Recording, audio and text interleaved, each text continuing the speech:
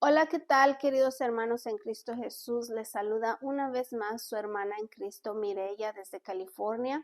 En esta semana compartiendo con ustedes la palabra de Dios, ya de regreso en el tiempo ordinario.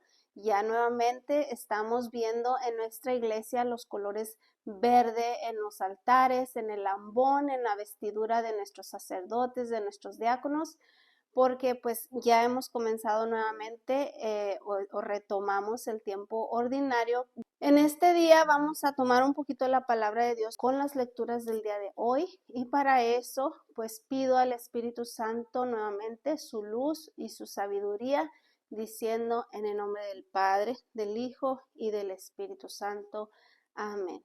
Ven, Espíritu Santo, y llena los corazones de tus fieles.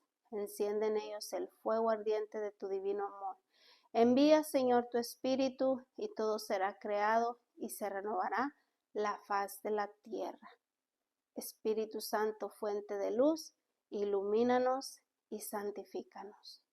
Amén. Pues bien, mis queridos hermanos, hablando sobre las primeras lecturas de esta semana, usted se habrá dado cuenta que esta primera semana del tiempo ordinario nos estuvieron hablando sobre la vida y el llamado de Samuel.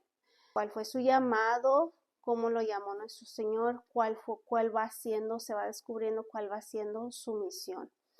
El día de ayer, en la primera lectura, se nos hablaba de esa gran derrota que tuvieron los israelitas ante los filisteos. Miles y miles de soldados, de guerreros murieron, guerreros israelitas, y pues también nos compartí el día de ayer cómo ellos confiaban en que, bueno, si tenemos el arca, traigamos el arca con nosotros, decían los israelitas.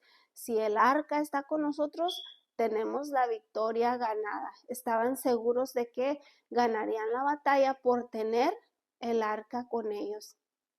Mas, sin embargo, a pesar de que ellos tenían el arca con ellos, volvieron a tener una derrota ante los filisteos, una derrota superior, muy grande, e incluso el arca de Dios fue robada por los filisteos. Pues yo quiero retomar de ahí en adelante, mis queridos hermanos, la palabra de Dios, porque de repente sí me pregunté, bueno, pero ¿por qué, verdad? ¿Por qué ha sido que a pesar de que tenían el arca de Dios, uno hubiera decir Dios estaba con ellos, y más sin embargo, tuvieron esa gran pérdida en esa batalla, en esa guerra, y de pilón pues les arrebataron el arca, se la llevaron, ¿verdad? Entonces, allí también comenta que los dos hijos de Elí, que también eran sacerdotes, fallecieron en esa batalla. ¿Quiénes eran estos hijos de Elí? ¿Por qué sucedió esta tragedia? ¿Qué es lo que pasó? ¿Qué es lo que fue mal? ¿Qué no hicieron o qué hicieron mal? Que Dios, pues, por decir, no los apoyó en esta guerra que tuvieron los israelitas contra los filisteos. Yendo unos capítulos más atrás, nos damos cuenta, la palabra de Dios nos comenta que los hijos de Elí era el sacerdote que estaba en el templo, al frente del templo, el que cuidó a Samuel desde niño. Y Elí tenía dos hijos que también eran sacerdotes en el templo. Mas, sin embargo, estos hijos no se comportaban como Dios deseaba. No eran un buen ejemplo. Estos sacerdotes, estos dos hijos de Elí, le robaban a las ofrendas que la gente le llevaba a Dios. Cometían pecado en la misma casa de Dios. Tenían un corazón falso, tenían un corazón impuro. Pues no eran gratos a la presencia de Dios, a pesar de que eran sacerdotes y a pesar de que su papá era también un sacerdote del templo. Entonces hay un pasaje, usted puede disfrutar leyendo de este primer libro de Samuel. Hay un pasaje donde nos dice que Dios le dice a Samuel, mira, dile a Elí que por no haber corregido a sus hijos, sabiendo que sus hijos estaban portándose mal, yo voy a castigar a su casa y a su descendencia, porque a causa de la conducta de sus hijos y a causa de que él no haya corregido a sus hijos. Y entonces vemos, ¿verdad?, que enseguida ocurrió este evento, esta batalla entre los filisteos y los israelitas, y que a pesar de que hayan tenido el arca físicamente con ellos, el arca de Dios, pues fueron derrotados y en esa batalla murieron los dos hijos de Elí.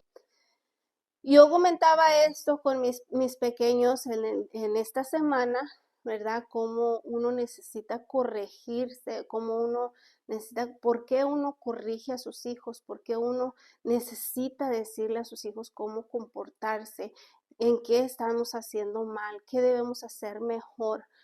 Y entonces mis hijos se afligieron un poquito cuando yo les contaba esta historia de estos dos sacerdotes, pues que murieron en la batalla, de esta manera. Pero Dios siempre nos da una oportunidad, no siempre ha sido así. Tenemos varios ejemplos donde Dios ha tenido misericordia de su pueblo. Por ejemplo, cuando Jonás fue enviado a la ciudad de Nínive y llevaba una sentencia diciendo, si no se arrepienten, en 40 días Nínive será destruido.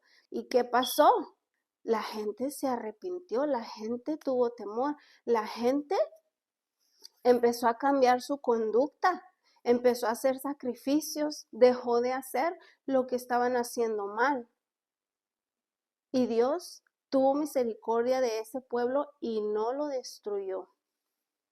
Y les dije yo, ¿cuál es la diferencia entre uno y el otro? Entre los hijos de Elí y entre este pueblo de Nínive. Y me contestó la más pequeña, me dijo Sofía, cambiaron su actitud. Le dije, correcto, cambiaron su actitud. Ante el llamado de nuestro Señor Jesucristo, cambiaron su actitud. Dejas de hacer lo que está mal, dejas de hacer lo que te corrompe, lo que es pecado, lo que te separa de Dios. Esta semana decía nuestro padre Anthony en la Epifanía, dio un ejemplo y a mi hijo mayor le llamó mucho la atención cuando el padre Anthony dijo, es que los Reyes Magos, una vez que se encontraron con Jesús, ya no regresaron por el mismo camino. Y así nos pasa a todos los cristianos. Cuando nos encontramos con Jesús, ya no volvemos por el mismo camino. Tomamos una dirección diferente. El que se encuentra con nuestro Señor Jesucristo no puede ser el mismo, no eres el mismo, ya tu vida no es igual. Cuando Jesús toca tu corazón, ya no eres el mismo. Eres una persona diferente porque la gracia llega, porque la gracia te envuelve, porque su espíritu ahora habita en ti. Que ay de mí, ay de ti, mi hermano, que fuera de nosotros, si no tuviéramos la gracia, si Dios no tuviera misericordia de nosotros, ¿cuál sería nuestro destino? ¿El destino de los hijos de Elí o el destino de los ninivitas? Nos compartía el diácono en la homilía del día de ayer. No tomemos a Dios como nuestro amuleto de buena suerte, que fue básicamente lo que los israelitas hicieron en el momento. Pensaron, pues si traemos el arca de nosotros, nada nos va a pasar.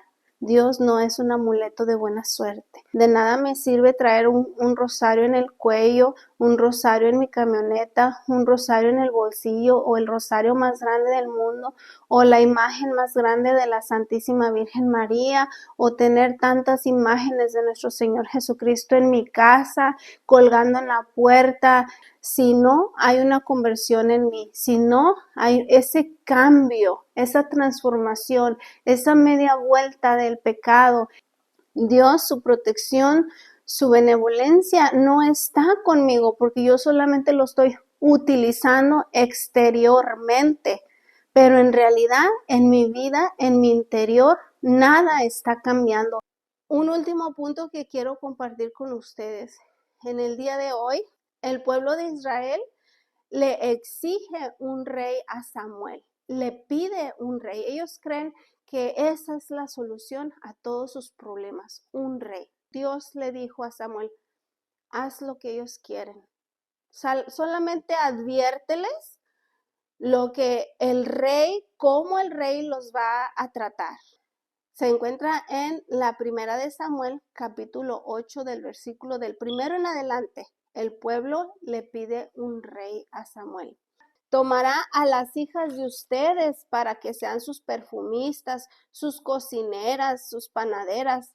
Tomará lo mejor de tu campo, de tu viña, y se los dará a sus servidores. Mas, sin embargo, nos dice aquí, el pueblo no quiso hacerle caso a Samuel y le dijo, no importa, queremos un rey, así seremos como todas las naciones. Yahvé dijo entonces a Samuel, hazle caso a ese pueblo y dale un rey. Palabra de Dios. Podemos ver cómo a pesar de todas las advertencias que Samuel les dio, ellos simplemente dijeron, no me importa, danos un rey, queremos ser como todos los demás. Eso es lo único que queremos ser como todos los demás. Y Dios dijo, pues, ¿qué puedo hacer? ¿Qué puedo hacer? Y ese es nuestro problema en la actualidad. Queremos ser como los demás. Queremos tener lo que los demás tienen.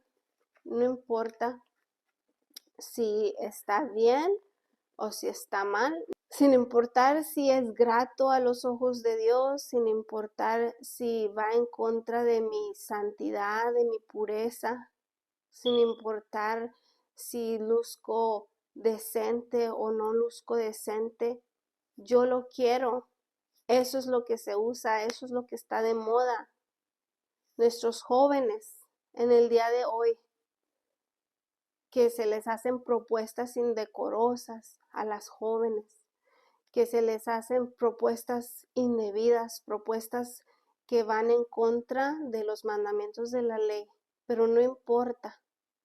No importa, todo el mundo lo hace y si no lo haces eres un anticuado, si no lo haces te hacen burla,